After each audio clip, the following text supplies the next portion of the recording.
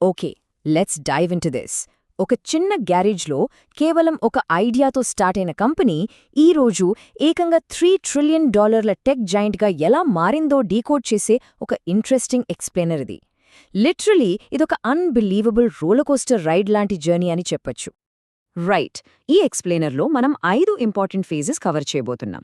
Apple అసలు ఎలా start అయింది, స్టీవ్ జాబ్స్ బయటికి వెళ్ళాకొచ్చిన చీకటి రోజులు, ఆయన గ్రాండ్ కంబ్యాక్, ఫోన్ల చరిత్రను మార్చేసిన iPhone launch, and finally Tim Cook లీడర్షిప్లో క్రియేట్ చేసిన modern records. Let's get started. So first part, Apple company మొదలైంది ఇలా. Wozniak the engineer and Jobs the marketer. 1970ల టైంలో ఇద్దరూ స్టీవ్స్ల కాంబినేషన్ అది. వోజ్నియాక్ ఏమో మైక్రోచిప్లంటే పడిచచ్చే ఒక pure hardware engineer. Steve Jobs ఏమో అద్భుతమైన విజన్ ఉన్న పర్ఫెక్ట్ మార్కెటర్. ఇద్దరు కలిస్తే ఒక magic. Let's move to and see how this builds. వాళ్ల ఫాస్ట్ గ్రోత్ చూస్తే నిజంగా ఆశ్చర్యం వేస్తోంది.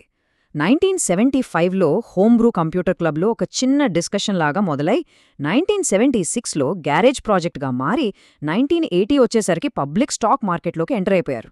విచిత్రం ఏంటంటే ఐపీఓ వచ్చిన ఆ ఒక్క రోజే దాదాపు 300 మంది మిలియనీర్లైపోయారు. Wow, that's crazy. అప్పట్లో వచ్చిన ఈ ఫస్ట్ యాపిల్ 1 చూసి ఇందులో యాంగ్రీ బర్డ్స్ లాంటి గేమ్స్ ఆడుకోవచ్చు అనుకునేరు. జస్ట్ కిడ్డింగ్, అది స్క్రీన్ కీబోర్డ్ కూడా లేని ఒక మామూలు సర్క్యూట్ బోర్డ్ మాత్రమే. కానీ ఆశ్చర్యంగా ఆ 50 సర్క్యూట్ బోర్డులు అమ్మడం ద్వారా అప్పట్లోనే $30,000 రెవెన్యూ వచ్చింది. పర్సనల్ కంప్యూటర్లకు ఒక సాలిడ్ మార్కెట్ ఉందని ఇది ప్రూవ్ చేసింది. అయితే ఒక కంప్యూటర్ అనేది కేవలం వైర్లు, చిప్స్ లాగా కాకుండా ప్రజలు ఈజీగా కనెక్ట్ అయ్యేలా చాలా ఫ్రెండ్లీగా ఉండాలని జాబ్స్ రియలైజ్ అయ్యాడు. ఎగ్జాక్ట్గా అప్పుడే యాపిల్ 2 మార్కెట్లోకి వచ్చింది. కాంపాక్ట్ డిజైన్, కలర్ గ్రాఫిక్స్తో ఒక కంప్లీట్ ప్యాకేజీలా రావటంతో ఇది ఏకంగా 6 మిలియన్ల యూనిట్లు సేల్ అయి సెన్సేషన్ క్రియేట్ చేసింది. ఓకే, ఇప్పుడు సెకండ్ ఫేజ్కొద్దాం. జాబ్స్ దూరం, యాపిల్కు కష్టాలు. Internal conflicts and the dark times. 1980ల టైంలో యాపిల్కి బ్యాడ్ టైం స్టార్ట్ అయింది. కొత్తగా తెచ్చిన యాపిల్ 3 మరియు లిసా కంప్యూటర్లు రేటు ఎక్కువ, పైగా ప్రాబ్లమ్స్తో నిండి ఉండేవి. దాంతో కంపెనీలో ఒకరిమీదొకరికి ఇంటర్నల్ ఫైట్స్ మొదలయ్యాయి. ఆ టైంలో కంపెనీని సెట్ చేయటానికి పెప్సీ కంపెనీకి చెందిన జాన్ స్కల్లీని యాపిల్లోకి తీసుకురావాలని స్టీవ్ జాబ్స్ డిసైడ్ అయ్యాడు. అప్పుడన్న మాటలే ఈ ఫేమస్ కోట్: జీవితాంతం ఇలాగే షుగర్ వాటర్ అమ్ముకుంటావా, లేక నాతో వచ్చి ప్రపంచాన్ని మారుస్తావా అని. కానీ ది ఐరనీ ఈజ్, అదే జాన్ స్కల్లీతో వచ్చిన గొడవల వల్ల స్టీవ్ జాబ్స్నే మ్యాకింటోష్ టీం నుండి బయటకు పంపేశారు. ఆ కోపంతో జాబ్స్ బయటికి వెళ్లి నెక్స్ట్ అనే కొత్త కంపెనీ స్టార్ట్ చేశాడు. నౌ 90ల నాటికి యాపిల్ పరిస్థితి చాలా దారుణంగా తయారైంది. ఒకవైపు అప్పటి సీఈఓ గిల్ అమేలియో లీడర్షిప్లో యాపిల్ కంప్యూటర్లు చాలా ఖరీదుగా, బోరింగ్గా తయారైపోయి మార్కెట్ కోల్పోతుంటే, మరోవైపు బిల్ గేట్స్ మైక్రోసాఫ్ట్ కంప్యూటర్లు తక్కువ ధరకే వస్తూ మార్కెట్ని శాసించడం మొదలుపెట్టాయి. లిటరలీ యాపిల్ దివాలా తీయడానికి కేవలం కొన్ని వారాల దూరంలో ఉండిపోయింది. Well, third part, the turning point. Steve Jobs మళ్లీ వచ్చాడు. The $400 million next acquisition. 1996లో యాపిల్కి వేరే దారి కనిపించలేదు. స్టీవ్ జాబ్స్ని వెనక్కి తీసుకురావడానికి ఆయన స్టార్ట్ చేసిన నెక్స్ట్ కంపెనీని ఏకంగా $400 మిలియన్ పెట్టి కొనేసింది. ఫైనలీ 1997లో boss is back. Steve Jobs మళ్లీ సీఈఓ అయ్యాడు. సీఈఓగా తిరిగి రాగానే క్రాష్ అవుతున్న కంపెనీని కాపాడటానికి జాబ్స్ చాలా రూత్లెస్ డిసిషన్స్ తీసుకున్నాడు. స్టెప్ 1, ఏకంగా 70% పనికిరాని ప్రాజెక్టులను చెత్తబుట్టలో వేశాడు. స్టెప్ 2, 3,000 మంది ఉద్యోగులను ఫైర్ చేశాడు. ఆ టైంకి అది తప్పనిసరి.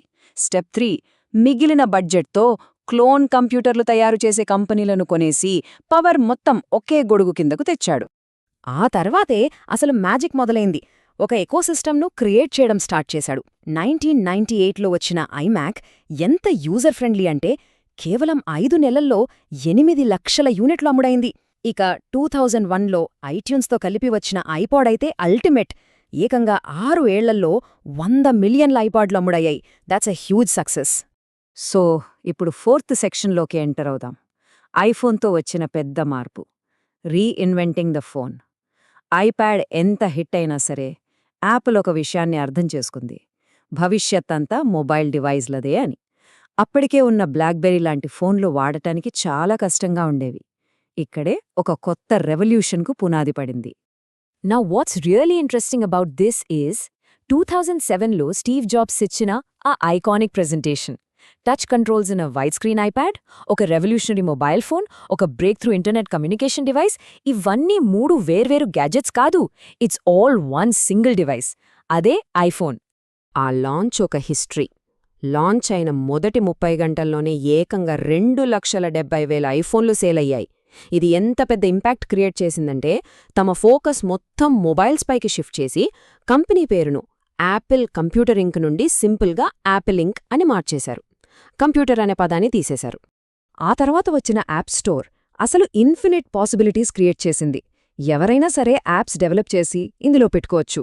ఇది ఎంత హిట్ అంటే మొదటి నెలలోనే 60 మిలియన్ల యాప్స్ డౌన్లోడ్ అయ్యాయి. రోజుకి $1 మిలియన్ రెవెన్యూ. 2008 నాటికి ప్రపంచంలోనే 3వ అతిపెద్ద మొబైల్ డివైస్ సప్లయర్గా యాపిల్ ఎదగడానికి ఇది చాలా హెల్ప్ అయింది. ఫైనలీ 5th పార్టుకు వచ్చాం. టిమ్ కుక్తో సరికొత్త రికార్డులు. A new era of innovation. 2011లో స్టీవ్ జాబ్స్ మరణించడం టెక్ ప్రపంచానికి ఒక పెద్ద షాక్. ఆ తర్వాత టిమ్ కుక్ సీఈఓగా వచ్చారు. జాబ్స్ క్రియేట్ చేసిన మొమెంటంను అలాగే మెయింటైన్ చేస్తూ సిరి, యాపిల్ వాచ్ లాంటి కొత్త ఇన్నోవేషన్స్తో సరికొత్త రికార్డులు సృష్టించారు. టిమ్ కుక్ టైంలో తీసుకున్న ఒక సాలిడ్ స్ట్రాటజిక్ మూవ్ ఏంటంటే పాత మ్యాక్బుక్స్లో బయటి ఇంటెల్ ప్రాసెసర్లు వాడేవారు. దాన్ని కట్ చేసి యాపిల్ స్వంతంగా కస్టమ్ M1 చిప్స్ను డెవలప్ చేసింది. ఈ ఓన్ హార్డ్వేర్ వల్ల లాభమేంటంటే కంప్యూటర్లు మునుపటి కంటే చాలా ఫాస్ట్గా అండ్ తక్కువ ఖర్చుతో తయారవడం పాసిబుల్ అయింది. ఇదొక master stroke. To put that into perspective ఒకసారి ఆలోచిద్దాం. ఎక్కడో ఒక గ్యారేజ్లో 50 సర్క్యూట్ బోర్డులు అమ్మి $30,000 సంపాదించిన ప్రాజెక్ట్ ఈరోజు ఏకంగా $3 ట్రిలియన్ మోడర్న్ రికార్డ్ వాల్యుయేషన్కు చేరుకుంది. ఇట్స్ మైండ్ బ్లోయింగ్ కదా. ఒక పవర్ఫుల్ విజన్ ఉంటే గ్యారేజ్ నుండి ట్రిలియన్ల స్థాయికి ఎలా ఎదగొచ్చో చెప్పటానికి ఇదొక లైవ్ ఎగ్జాంపుల్. మరి ఈ స్టోరీ ఇక్కడితో ఆగిపోలేదు. ఇప్పుడు సరికొత్త యాపిల్ విజన్ ప్రో రాకతో మరో కొత్త చాప్టర్ మొదలైంది. ఇది జస్ట్ ఒక స్క్రీన్ కాదు, ఒక సరికొత్త రియాలిటీ. మరి యాపిల్ ఇప్పటివరకు సృష్టించిన ఈ టెక్ మ్యాజిక్ చూశాక ఈ కొత్త టెక్నాలజీ ఫ్యూచర్లో ప్రపంచాన్ని ఇంకెక్కడికి తీసుకువెళ్తుందో అన్నది చాలా ఆసక్తికరంగా ఉంది. So what's next? అది చూడాలంటే మనం ఎగ్జైటింగ్గా వెయిట్ చేయాల్సిందే.